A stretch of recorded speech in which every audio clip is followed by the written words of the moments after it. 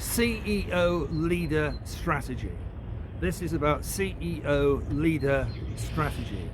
And what I'm going to do is weave together some connections between Steve Jobs, Paramahansa Yogananda, who is the author of Autobiography of a Yogi, and Sri Yukteswar, his guru. Now you might wonder, what on earth has Paramahansa Yogananda got to do with Steve Jobs, one of the most famous and successful business people of his time? Okay, this is the connection. At his memorial service, Steve Jobs gave a gift to everyone who attended. And that gift was the book, Autobiography of a Yogi. And the message he gave to everybody with that book was, Actualize Yourself. So, Steve Jobs had read the book. In fact, he read it many times. He was inspired by it. And at the end of the video, I'm going to give you a quote, leave you with a quote by Steve Jobs as to why he was inspired by it and what you should do with your life. Okay.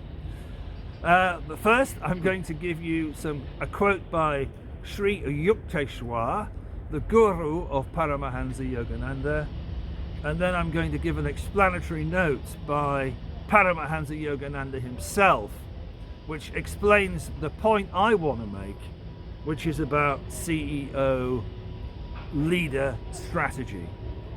Okay, so Sri Yukteswar, quoted in the book Autobiography of a Yogi, says, "The vanished lives of all men are dark with many shames.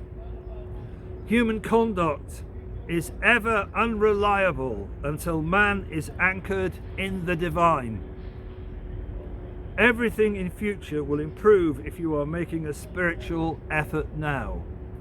And this is a secret that Steve Jobs knew, but most of us maybe don't know. Human conduct is ever unreliable until man is anchored in the divine. Yeah, and we've got a really good example of human conduct playing out in the Ukraine right now.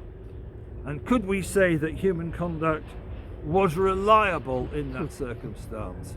And even though it's a political play, as business people, we clearly have to be aware of it.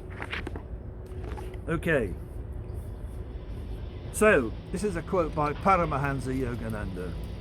Okay, Sri Yukteswar, like many another sage, grieved at the materialistic trend of modern education.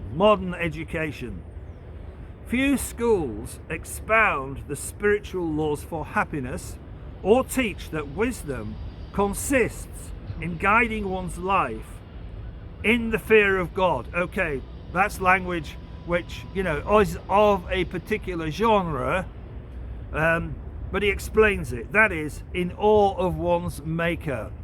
In fact, that's language that I grew up with, and I don't like it, but it's part of this quote.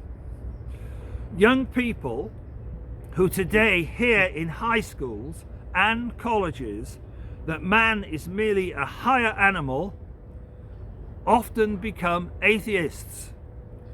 They do not attempt any soul exploration or consider themselves in their essential nature to be images of God, or consider themselves in their essential nature to be images of God.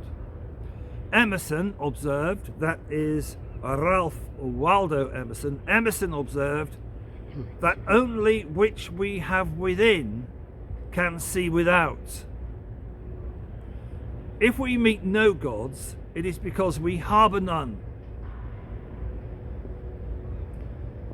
He who imagines his animal nature to be his only reality is cut off from divine aspirations. And this is the bit that I think we need to pay attention to in terms of business education, although that might be too late for some.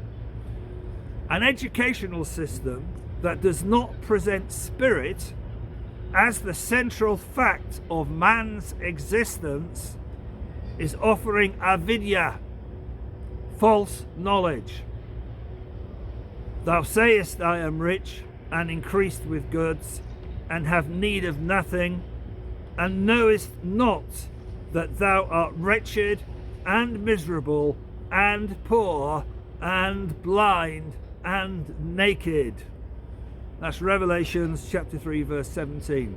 So it's quite a strong language. But an educational system that does not present spirit as the central fact of man's existence is offering avidya, or false knowledge. And in terms of leadership strategy or leader strategy, the bridge we need to cross is this inclusion of spirit as part of leadership education, so that we can be reliably anchored in the divine and make reliable decisions that are not just based on materialistic concerns. Okay, so this is my view. I've had to learn it the hard way. However, it's not only my view.